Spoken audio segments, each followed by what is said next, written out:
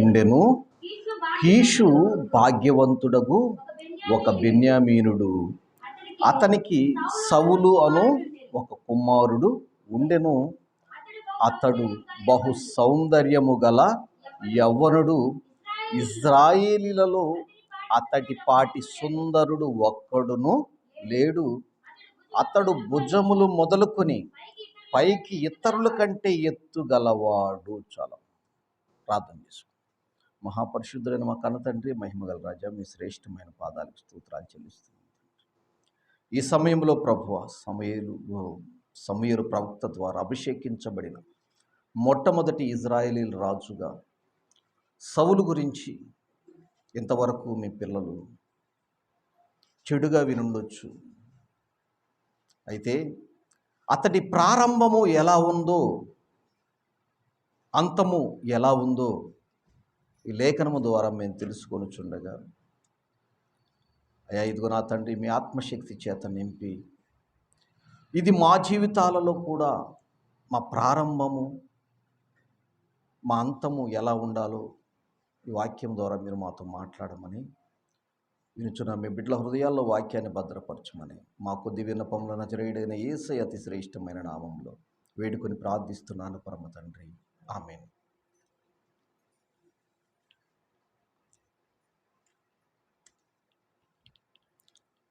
సమూయేలు మొదటి గ్రంథము 9వ అధ్యాయములో చెప్పబడుతున్న మాటలు మనం చూస్తున్నప్పుడు, ఎందుకు సౌలును దేవుడు రాజుగా ఎన్నుకున్నాడు అని మనము గనక ఆలోచన చేస్తే, సౌలునే ఇజ్రాయేలులో అప్పటికి 50 లక్షల జనాభా ఉండి ఉండొచ్చు. అప్పటికి దాదాపుగా ఇజ్రాయేలీలలో 50 లక్షల జనాభా ఉండి ఉండవచ్చు. అప్పటి వరకు న్యాయాధిపతులు పరిపాలిస్తూ ఉన్నారు. సమూయేలు కూడా ఒక న్యాయాధిపతిగా ఉన్నాడు, ఒక ప్రవక్తగా ఉన్నాడు, ఒక దీర్ఘదర్శిగా ఉన్నాడు. అనేకులకు న్యాయము చెప్పు న్యాయాధిపతిగా కూడా సమూయేలు ఉన్నాడు. ఇజ్రాయేలీలలో అప్పటి వరకు రాజు గురించిన ఆలోచన లేని జనులకు ఎందుకు రాజు కావాలి అని అనుకున్నారు. అప్పటి వరకు ఇజ్రాయేలీలకు న్యాయాధిపతులు ఉన్నారు. న్యాయాధిపతులను ఎవరు నియమించేవారు? దేవుడే నియమించేవాడు. దేవుడు వారికి రాజుగా ఉన్నాడు. కానీ వీరికి రాజు కావాలని కోరిక ఎందుకు పుట్టింది? దేవుడు సౌలునే రాజుగా ఎందుకు ఎన్నుకోవాల్సి వచ్చింది అనే మాటలను ఈ సమయంలో మనం ధ్యానం చేయబోతున్నాం. ఇంతకు న్యాయాధిపతులు కాలములో సమూయేలు న్యాయాధిపతిగా ఉన్నప్పుడు అతను బాగా వృద్ధాప్యమందు వృద్ధుడైపోయాడు. సమూయేలు గ్రంథము మొదటి గ్రంథము 8వ అధ్యాయము 1వ వచనం చూసినప్పుడు, సమూయేలు వృద్ధుడైనప్పుడు తన కుమారులు ఇశ్రాయేలీల మీద న్యాయాధిపతులుగా నియమించెను. అతని జ్యేష్ఠ కుమారుని పేరు ఏవేలు, రెండవని పేరు అబియా. వీరు బెర్షెబాలో న్యాయాధిపతులుగా ఉండిరి. అతని కుమారులు అతని ప్రవర్తనను అనుసరింపక ధనాపేక్షకులై లంచము పుచ్చుకొని న్యాయమును తిప్పివేయగా, ఇజ్రాయేళ్ల పెద్దలందరూ కూడి రామాలో సమూయేలు యొద్దకు వచ్చి, చిత్తగించుము, నీవు వృద్ధుడవు, నీ కుమారులు నీ ప్రవర్తన వంటి ప్రవర్తన గలవారు కారు గనుక సకల జనుల మర్యాద చొప్పున మాకు ఒక రాజుని. ఏ మర్యాద కావాలంటే వీళ్ళకి? ఎవరిని చూస్తున్నారు వీళ్ళు? ఏ మర్యాద కావాలంటే వీళ్ళకి? సకల జనుల మర్యాదలు వీళ్ళకి కావాలంట. సకల జనుల మర్యాద చొప్పున వారికి రాజులు ఉన్నారు కదా, మాకు రాజు లేడు. వీళ్ళకి రాజు లేడు కాబట్టి రాజు కావాలనుకుంటున్నారు. అంటే వీళ్ళకి ప్రత్యేకంగా రాజు కావాలని కోరిక ఎందుకు పుట్టిందంటే,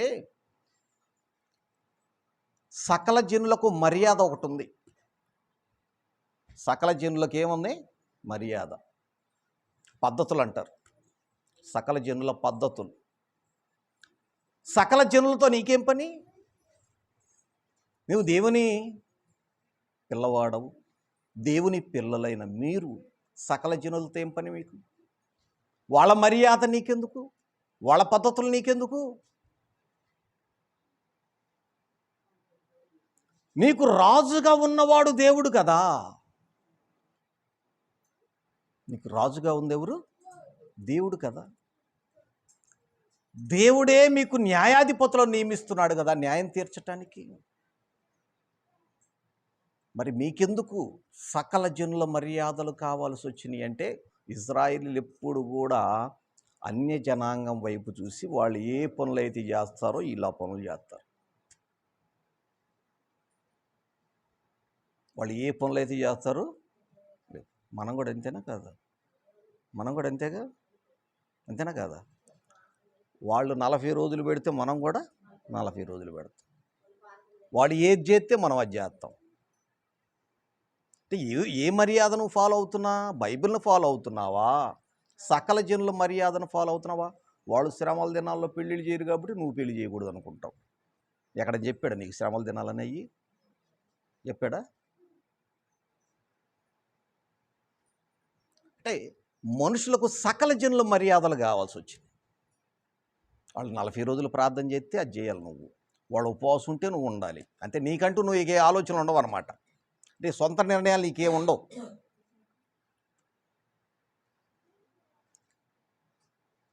వాక్యానుసారంగా జీవించాలి తప్ప మనుషుల ఆచార పద్ధతులను మనుషులు పాటించకూడదు. వీరికి సమూయేలు అప్పటికి న్యాయాధిపతిగా ఉన్నాడు, తను వృద్ధుడైపోయాడు. కుమారులను దాదాపుగా బాగానే పెంచాడు. వాడు బుద్ధి వంకర బుద్ధి అయినప్పుడు సమూయేలు మాత్రం ఏం చేస్తాడు? బుద్ధి వంకర బుద్ధి. కడుపును పుట్టిన కొడుకులు కూడా సమూయేలులాగా ఉండాలంటే అట్ట ఉంటారా? నువ్వు మంచోడు అని చెప్పి నీ పుట్టే కొడుకులు మంచిగా ఉంటారా? ఉండరు. సమూయేలైతే దేవునికి భయపడువాడు, దేవుని యందు భయభక్తులు కలిగిన వాడు, దేవుడు అంటే ఆసక్తి కలిగిన వాడు దేవునికి భయపడతాడు ప్రతి విషయంలో కూడా. కానీ ఆయనకు పుట్టిన కుమారులు ఉన్నారు, వారిని సమూయేలు ఏ విధంగా నియమించాడు? న్యాయాధిపతులుగా నియమించాడు. అప్పటి వరకు బాగానే ఉండరు. న్యాయాధిపతులుగా నియమించేంత వరకు సమూయేలు కుమారులు బాగానే ఉన్నారు. ఇప్పుడేమొచ్చింది చేతికి? అధికారం వచ్చేసింది. అధికారం వచ్చి కొంత డబ్బు కనపడుతుంది చేతికి.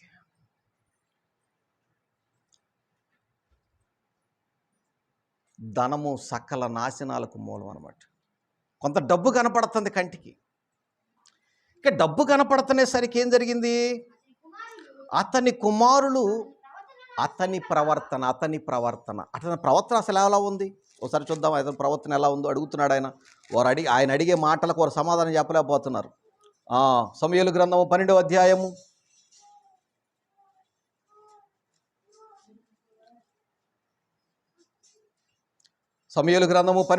మొదటి సమూయేలు గ్రంథము 12వ అధ్యాయము మొదటి వచనము. అప్పుడు సమూయేలు ఇజ్రాయేల్ అందరితో ఇట్లనెను, ఆలకించుడి, మీరు నాతో చెప్పిన మాట అంగీకరించి మీ మీద ఒక్కనిని రాజుగా నియమించి ఉన్నాను. రాజు మీ కార్యములు జరిగించును. నేను తల నెరిసిన ముసలివాడను, నా కుమారులు మీ మధ్యనున్నారు. బాల్యము నాటి నుండి నేటి వరకు నేను మీ కార్యములు జరిగించుచూ వచ్చి తిని, ఇదిగో నేనున్నాను. నేను ఎవని యొద్దనైనను తీసుకొంటినా, ఎవనని గాడిదనైనను పట్టుకొంటినా, ఎవనికైనా అన్యాయము చేశానా, ఎవనినైనా బాధ పెట్టానా, న్యాయమును నాకు అగపడకుండా ఎవని యొద్ద లంచము పుచ్చుకుంటినా అలాగు చేసిన ఎడల యెహోవా సన్నిధి ఆయన అభిషేకము చేయించిన వాని ఎదుటను వాడు నా మీద సాక్ష్యము పలకవలను. అప్పుడు నేను మీ ఎదుట దానిని మరలా నిత్తునని అనెను. అంటే అడుగుతున్నాడు. సమూయేలు కూడా న్యాయాధిపతిగా ఉన్నాడు కదా. మీకు రాజు కావాలని అడుగుతున్నారు కదా మీరు. ఒకానొక సమయంలో దేవుని దగ్గర ప్రార్థన చేసినప్పుడు సమూయేలు, అయ్యా సకల జనుల మర్యాద చొప్పున వారు రాజును అడుగుతున్నారు. ఏంటయ్యా అంటే, నేనున్నాను కదా రాజుగా, మరి వారు ఎందుకు రాజును అడుగుతున్నారు అని ప్రభు అంటాం. ఆ తరువాత నిన్ను కాదు ఎదిరించింది వారు నన్నే, నిన్ను కాదు త్రోసివేసింది వారు నన్ను. సకల జనుల మర్యాదలు వారికి కావాల్సి వచ్చినాయి. వారికి రాజు కావాలి. సమూయేలు అడుగుతున్నాడు, ఏ రోజైనా మీ దగ్గర నేను ఎద్దునైనా గాడిదనైనా తీసుకున్నానా? ఎవరికైనా అన్యాయం చేశానా? ఎవరినైనా బాధ పెట్టానా? ఎవరి లంచం ఏడని పుచ్చుకున్నానా? అలాగే కనుక చేసుంటే మీరు ఎవడని చెప్పమని అడిగినప్పుడు ఒక్కడు కూడా చెప్పలేకపోయాడు. ఎందుకంటే ఆయన నీతిమంతుడిగా ఉన్నాడు కాబట్టి. ఆయన నీతిమంతుడిగా ఉన్నారు కాబట్టి సమూయేలుకు వారు ఎదురు చెప్పలేకపోయారు. ఇవి ఎక్కడొచ్చింది మరి తేడా ఎక్కడొచ్చింది అంటే, కుమారుల ద్వారా తేడా వచ్చేసింది. సమూయేలుకి ఎక్కడ సాక్ష్యం పోతుంది? తల్లిదండ్రులకి, తండ్రికి ఎక్కడ సాక్ష్యం పోయింది? తల్లిదండ్రులకి ఎక్కడ సాక్ష్యం పోతుంది? కడుపు పుట్టిన పిల్లల వల్ల సాక్ష్యం పోతుంది. నువ్వు బాగానే ఉన్నావే, నీ కొడుకుల పరిస్థితే, నీ కొడుకులు ఎలా ఉన్నారు? అతని కుమారులు అతని ప్రవర్తనను అనుసరింపక ధనాపేక్షకులై లంచము పుచ్చుకొని న్యాయమును తిప్పివేయగా ఏం చేస్తున్నారంట? అక్కడ న్యాయాధిపతులుగా నియమించినంత వరకు బాగానే ఉన్నారు. సమూయేలు న్యాయాధిపతులుగా నియమించేంత వరకు బాగానే ఉన్నారు. పదవి వచ్చేసిన చేతికి దాదాపుగా 50 లక్షల మంది జనాంగం మీద వీరు న్యాయాధిపతులుగా ఉన్నారు. వీరికి పదవి వచ్చేసింది. ఒక కుమారునేమో బెర్షెబాలో న్యాయాధిపతిగా నియమించాడు. వీరిని ఎక్కడ నియమించాడు? అతని జ్యేష్ఠ కుమారుడు పేరు ఏవేలు, రెండవ వాని పేరు అభియా. వీరు బెర్షెబాలో న్యాయాధిపతులుగా ఉన్నారు. వీరు ఎక్కడున్నారు? న్యాయాధిపతులుగా బెర్షెబాలో న్యాయాధిపతులుగా ఉన్నారు. ఉండిన వీరు న్యాయాధిపతులా అన్యాయాధిపతులా? అన్యాయాధిపతులు. న్యాయాధిపతులుగా సమూయేలు నియమించాడు, కానీ వీళ్ళు న్యాయాధిపతులుగా లేరు, అన్యాయాధిపతులుగా ఉన్నారు. ఉండి వీళ్ళు ఏం చేస్తున్నారంట? అతని ప్రవర్తన అనుసరించలేదు, తండ్రి ప్రవర్తనను వీరు అనుసరించలేదు. ఎందుకని? సమూయేలు ఎంత గొప్పవాడు! సమూయేలు ఎంత గొప్పవాడు! చిన్న వయసులో దేవుని దర్శనం పొందినవాడు, దేవుని దీర్ఘదర్శి అయిన వాడు, దేవునితో మాట్లాడువాడు, దేవుని చేత బాల్యమునందే ప్రతిష్ఠించబడిన వాడు కదా సమూయేలు. అలాంటి సమూయేలు కడుపున పుట్టిన పిల్లలు న్యాయాధిపతులుగా నియమించిన తర్వాత, అధికారము చేతిలోనికి వచ్చిన తర్వాత ఎలా ప్రవర్తిస్తున్నారంటే, ధనాపేక్ష సకల కీడులకు మూలము. ధనాపేక్ష. ఒకసారి చదవండి.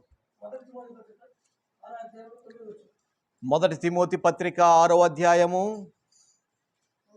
9వ వచనం. 1 తిమోతి పత్రిక, ధనవంతులగుటకు అపేక్షించువారు శోధనలోను ఉరిలోను అవివేకయుక్తములోను హానికరములైన అనేక దురాశలలో పడుదురు. అట్టి మనుషులకు నష్టములోను నాశనములోను ఉంచివేయము. ఎందుకనగా ధనాపేక్ష సమస్తమైన కీడులకు మూలము. అంటే ధనాపేక్ష లేని వారు ఎవరన్నా ఉన్నారా? అందరికి ఇష్టమే ధనం. ఎందుకంటే ధనాన్ని ఇష్టం కోసం పెట్టుకోవద్దు, అవసరం కోసం పెట్టుకో. ధనాన్ని ఇష్టపడొద్దు, అవసరం కోసం వాడుకో. ఇష్టం ఉంటే న్యాయం కరెక్ట్గా చేసి ఏం సంపాదించుకోలేపాడు. కొడుకులేమో బాగా సంపాదిద్దామని మొదలుపెట్టారు, తండ్రి ఏమో ఏమీ సంపాదించుకో. అందుకే అంటున్నాడు కదా, మీ దగ్గర ఎవరి దగ్గర అన్నా గాడిద తీసుకున్నానా? మీ దగ్గర ఎవరి దగ్గర ఎద్దు తీసుకున్నానా? మీ దగ్గర ఎవరి దగ్గర లంచం తీసుకున్నానా? తీసుకుంటే చెప్పండి ఎవడో అని. ఎవడు మాట్లాడగలరా? ఎవరు మాట్లాడగలరు? నీతిమంతుడే మాట్లాడగలరు. అదే కానీ ఇలా కుమారులు మాట్లాడలేరుగా. ఇప్పుడు వీరేం చేస్తున్నారంటే న్యాయాధిపతులుగా ఎందుకు నియమించాడు? సమూయేలు న్యాయాధిపతులుగా నియమించాడంటే వీళ్ళు పద్ధతిగా ఉండబట్టే కదా. పద్ధతిగా ఉండబట్టే న్యాయాధిపతులుగా నియమించాడు. పద్ధతిగా లేకపోతే నియమించేవాడు కాదు కదా. వీరు నియమించినంత కాలం బాగానే ఉన్నారు. తండ్రి ఏమో ముసలివాడైపోయాడు. వీరేం చేశారంటే ఇక అతని ప్రవర్తనను అనుసరించక ధనాపేక్షకులై లంచము పుచ్చుకొని న్యాయమును తిప్పేస్తున్నారు. డబ్బు ఎవడి పక్కుందో వాడి పక్కన మాట్లాడుతున్నారు. న్యాయం ఎటుందట మాట్లాడలేదు. న్యాయం ఏం చేస్తున్నట? తిప్పి వేస్తున్నారు. చదువును. ఎవడును ఇద్దరు యజమానులకు దాసులుగా ఉండనేరరు. ఒకడు దానిని ద్వేషించి మరొక దానిని ప్రేమించును, మరి ఒకరు పక్షముగా ఉండును. ఒకరిని తృణీకరించి మరి మీరు దేవునికి సిరికిని దాసులుగా ఉండనేరరు. అంటే ఇద్దరు దాసులకి ఎవరు ఒకే దాసుడు ఇద్దరికి కూడా ఉండలేడు. కాబట్టి ఒకళ్ళని ద్వేషిస్తాడు, ఒకళ్ళని అంగీకరిస్తాడు. అలాగే సిరికిని దేవునికి దాసులుగా ఉండటానికి కుదరదు. సిరికి దాసులుగా ఉండటానికి కారణం ఏంటంటే సిరి అంటే సంపద. సిరి అంటే సంపద. కాబట్టి వీరికి ధనాపేక్ష రావటం వలన వీరేం చేస్తున్నారు? న్యాయమును తిప్పేస్తున్నారు. లంచం తీసుకొని న్యాయమును తిప్పేస్తున్నారు. ఇజ్రాయేల్ పెద్దలందరూ వచ్చేసారు. ఇక లాభం లేదు, వీళ్ళతో ఇలా కుదరదు, మనకు న్యాయం జరగట్లేదు. కాబట్టి సమూయేలు దగ్గరికి వెళ్ళి, చిత్తగించుము, నీవు వృద్ధుడవు, అయ్యా నువ్వేం ముసలివాడు అయిపోయావు, నీ కుమారులు ఏం చేస్తున్నారంటే నీ ప్రవర్తన వంటి ప్రవర్తన, నీ బుద్ధులు ఒక్క బుద్ధి కూడా వాళ్ళకి రాలేదయ్యా. నువ్వు మంచోడివే కానీ నీ పిల్లలకు ఒక్కడ కూడా బుద్ధి రాలేదు. నీ పిల్లలు, నీ కుమారులు నీ వంటి ప్రవర్తన గలవారు కారు గనుక, కాబట్టి సకల జనుల మర్యాద చొప్పున మాకు ఒక రాజును నియమింపని అతడు మాకు న్యాయము తీర్చునని అతనితో అనేది. ఇప్పుడు న్యాయం జరగట్లేదు కాబట్టి రాజును కోరుకున్నారు. వాళ్ళు ఎందుకు కోరుకున్నారు? న్యాయం జరగట్లేదు కాబట్టి. న్యాయం జరగకపోతే ఇంకొక న్యాయాధిపతి నియమించు. రాజు ఎందుకు నీకు అంటే, రాజు ఎందుకంటే సకల జనులకు రాజు ఉన్నాడు కదా. సకల జనులకు రాజు ఉన్నారు కాబట్టి మాకు కూడా రాజు కావాలంటున్నారు. అందుకు యెహోవాకు ప్రార్థన చేశాడు సమూయేలు. మాకు న్యాయం తీర్చుటకు రాజు నియమింపని వారు ఆయన మాట సమూయేలు దృష్టికి ప్రతికూలముగా ఉండెను గనుక సమూయేలు యెహోవాకు ప్రార్థన చేశాను. అనుకూలంగా ఉందా? ప్రతికూలంగా ఉందా? అనుకూలంగా ఉందా? ప్రతికూలంగా ఉందా? ప్రతికూలం అంటే ఏంటి? నచ్చల మాట. అనుకూలం అంటే నచ్చింది అన్నది. అనుకూలం వేరు, ప్రతికూలం వేరు. ప్రతికూలముగా ఉంది గనుక సమూయేలు ఏం చేశాడు? విశ్వాసి అనేవాడు సమస్య వచ్చిన ప్రతిసారి ఏం చేయాలి తెలుసా? ప్రార్థన చేయాలి. విశ్వాసి అయిన వాడు సమస్య వచ్చిన ప్రతిసారి ప్రార్థన చేయాలి. నీ సమస్య మొదటిగా దేవుని దగ్గర చెప్పు. ఎందుకంటే నువ్వు దేవుని దగ్గర చెప్పిన వెంటనే నీకు దేవుడు ఏదో విధంగా నీకు సహాయం చేసే మార్గాన్ని చూపిస్తాడు. వెంటనే ఈయన ఏం చేశాడంటే ప్రార్థన చేయటం మొదలుపెట్టాడు. ప్రార్థన చేసినప్పుడు దేవుడు మాట్లాడుతున్నాడు. అందుకు యెహోవా సమూయేలు నాకు సెలవిచ్చినదేమనగా, జనులు నీతో చెప్పిన మాటన్నిటి ప్రకారము జరిగించుము.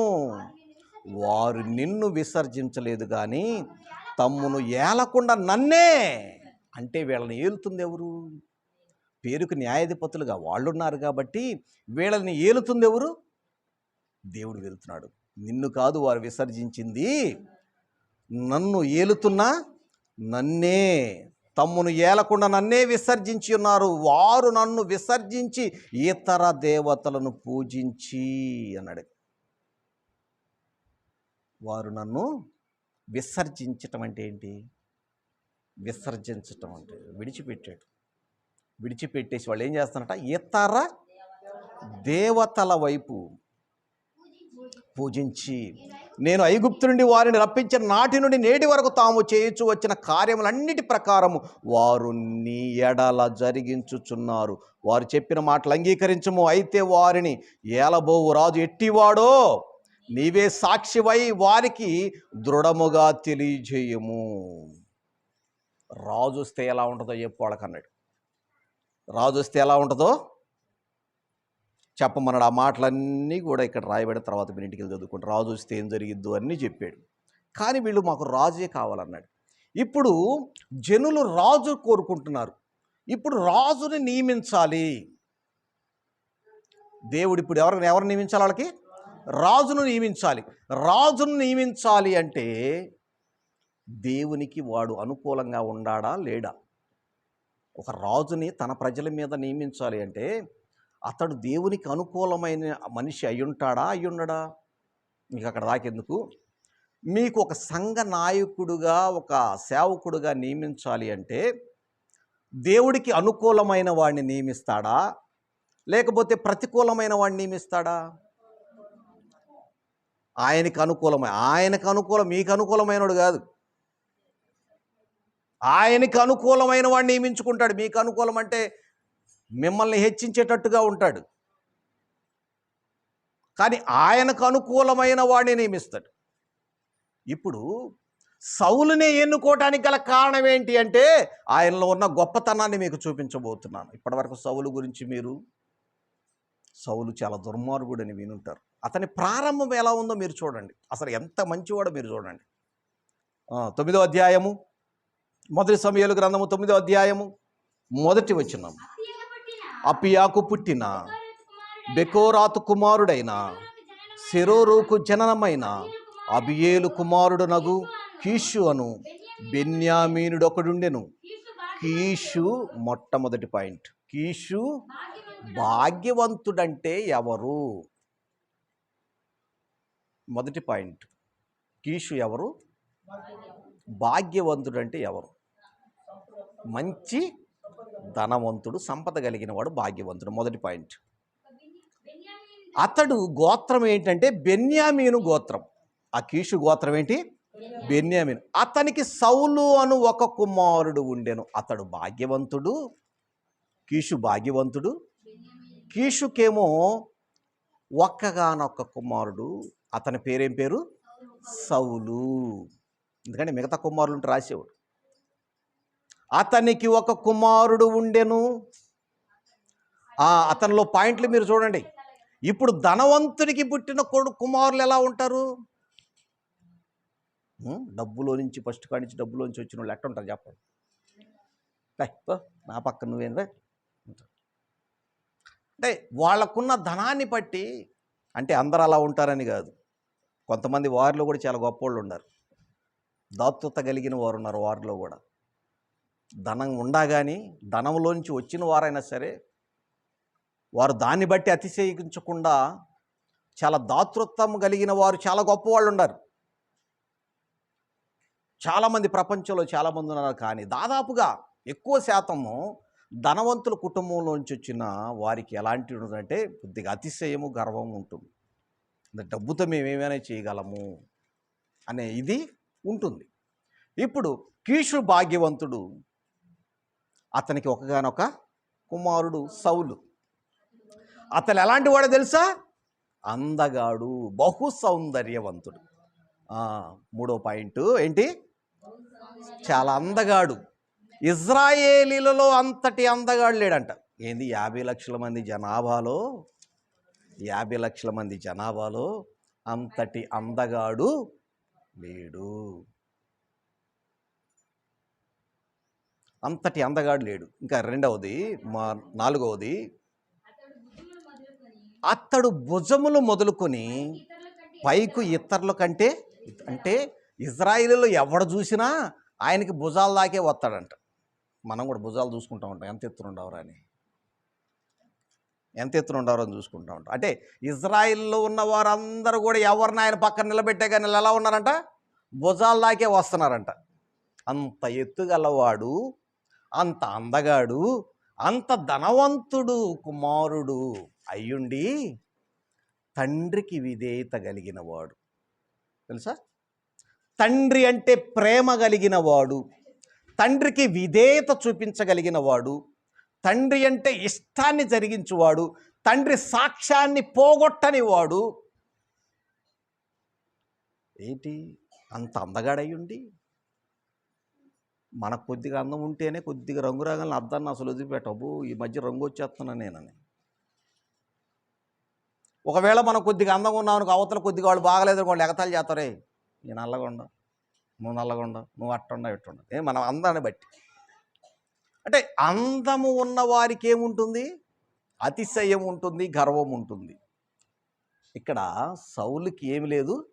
గర్వము లేదు. డబ్బుందని అహంకారము లేదు, అందముందని గర్వము లేదు, ఎత్తుగా ఉన్నానని అతిశయము కూడా లేదు. మొత్తం 3 పాయింట్లు చూసాం. ఇప్పుడు తండ్రి వచ్చి ఏమంటున్నాడంటే, నాయనా మన గాడిదలు పోయినాయి, మన గార్ధవములు ఏమైపోయినాయి? తప్పిపోయినాయి. కాబట్టి నువ్వు వెళ్ళి ఆ గాడిదలు ఎక్కడున్నాయో ఎత్తుకు నాయనా అన్నాడు. ఇప్పుడు నేను మిమ్మల్ని అడుగుతున్నాను, మీ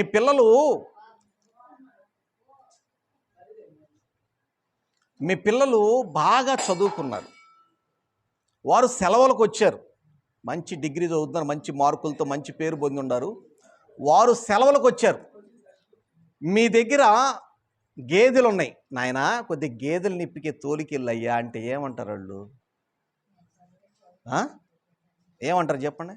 నేనేంది, నా చదువేంది, ఆ స్కూల్లో నాకున్న మార్కులేంది, నన్ను బర్రిగొడ్లు గాయటానికి వెళ్ళమంటావా? పో, నేను గాయను, పో, నువ్వే కాసుకో అంటారు. లేదు అంటారు.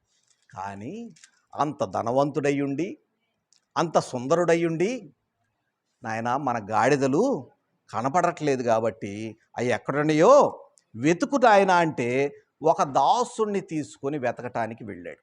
తండ్రి మాటను జవదాటని కుమారుడు. మొదటి పాయింట్ గుర్తుపెట్టుకోండి. అతనిలో ఉన్న లక్షణాలు: అందాన్ని బట్టి అతిశయించడు, ధనాన్ని బట్టి అతిశయించడు. దేవుడు అతను కోరుకోవడానికి గల కారణాలు చెప్తున్నాను. రాజుగా అతనిని మాత్రమే ఎన్నుకోవటానికి గల కారణం, మనలో కూడా ఆయన ఎన్నుకోవటానికి మనలో చూసే కారణాలు చూస్తాడు ఆయన. అన్ని లేనప్పుడు ఉండటం గొప్ప విషయం కాదు, అన్నీ ఉండి కూడా లోబడి ఉండటం గొప్ప విషయం. ఇప్పుడు సౌలు ధనాన్ని బట్టి అతిశయించట్లేదు, అందాన్ని బట్టి అతిశయించట్లేదు, ఎత్తును బట్టి అతిశయించట్లేదు.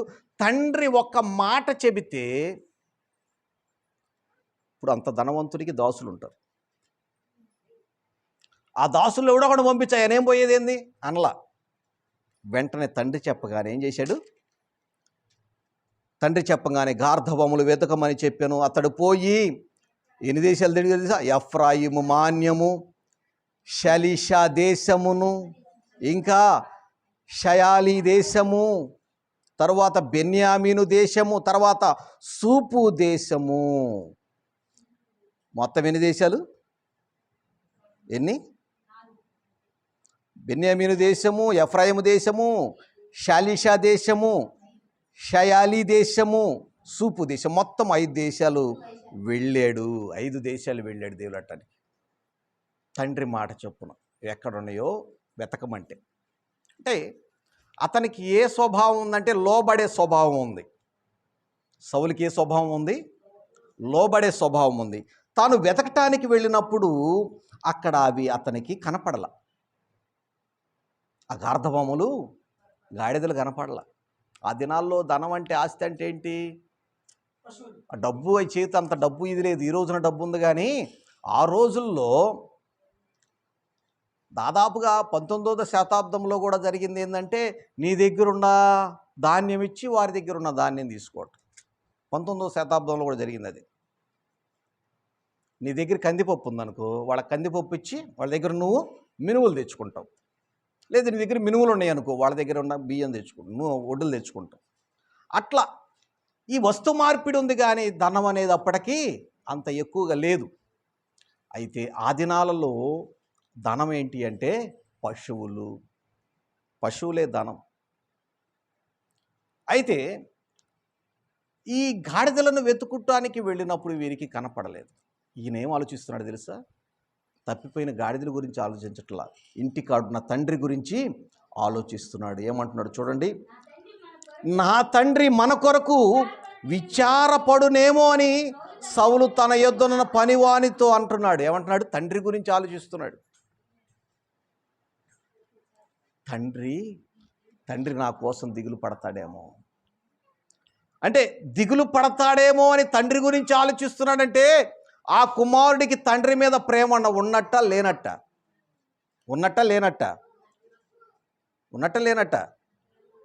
ఉన్నట్టు. ఆ కుమారుడికి తండ్రి మీద ప్రేమ ఉంది. అంటే తండ్రికి విధేయత చూపించే కుమారుడు, తండ్రిని ప్రేమించే కుమారుడు కాబట్టి ఇన్ని లక్షణాలు ఈయనలో ఉన్నాయి. కాబట్టి సమూయేలుతో చెప్తాడు, నీ దగ్గరకు ఒక వ్యక్తి వస్తాడు, ఆయనను నువ్వు అభిషేకించు. అతని దగ్గర ఉన్న గొప్ప గుణం చెప్పమంటారా? ఇప్పుడు దాసుడు అంటాడు, అందుకు వాడు ఇదిగో ఈ పట్టణంలో దైవజనుడు ఒకడున్నాడు అంటున్నాడు. ఇప్పుడు ధనవంతుడైన వాడు పక్కన పైనవాడు మాట్లాడాను అంటాడా? రేయ్, నేను చెప్పేది నువ్వు చేయాలి, నువ్వు చెప్పేది ఏం చేసేది ఇద్దరే? ధనవంతుడు చెప్పేది అదే కదా. రేయ్, నువ్వు చెప్పేది నేను చెప్పిందే నువ్వు వినాలి. కానీ సౌలుకున్న గొప్ప గుణం ఏంటి తెలుసా? పనివాడు చెప్పినా వింటాడు. పనివాడు చెప్తున్నాడు, అయ్యా ఈ ఊర్లో ఒక దైవజనుడు ఉన్నాడు, అతడు బహుగనుడు, అతడు ఏ మాట చెప్పును ఆ మాట నెరవేరును, మనము వెళ్ళవలసిన మార్గము అతడు మనకు తెలియజేమో, అతని యొద్దకు వెళదాము రండి అని చెప్పాను. ఇప్పుడు దాసుని మాట వినగలిగే స్వభావము సౌలుకి ఉంది. తరువాత ఇంకొక గుణం ఏంటో తెలుసా? ఇతనిలో ఉన్న గుణం, అందుకు సౌలు, మనము వెళ్ళిన పక్షమున ఆ మనిషికి ఏమీ తీసుకొని పోదుము, మన సామాగ్రిల నుండి భోజన పదార్థములు సరిపోయినవి అంటే అయిపోయినవి, ఆ దైవజనుడికి బహుమానము తీసుకొని పోవటకు మనకేమీ లేదు అని అతని పనివానితో చెప్పాడు. అంటే దైవజనుడికి ఇవ్వాలనే మనస్సు కూడా సౌలుకి ఉంది. దైవజనుడికి ఇవ్వాలి అనే మనసు ఉంది సౌలుకి. పనివాడు మాట వినే మనసుంది, తండ్రిని ప్రేమించే మనసుంది, తండ్రికి లోబడే మనసుంది. అంటే తనకున్న దాన్ని బట్టి గర్వించని వ్యక్తి అయి ఉన్నాడు. కాబట్టి దేవుడు అతని మీద కనుదృష్టి పడింది. దేవుని కనుదృష్టి సౌలు మీద పడ్డానికి కారణం ఏంటి తెలుసా? ఇన్ని ఉన్నా కానీ ఏటిలో కూడా అతని అతిశయం అనేది ఉండదు. అంటే ఇతని ప్రారంభం ఇది.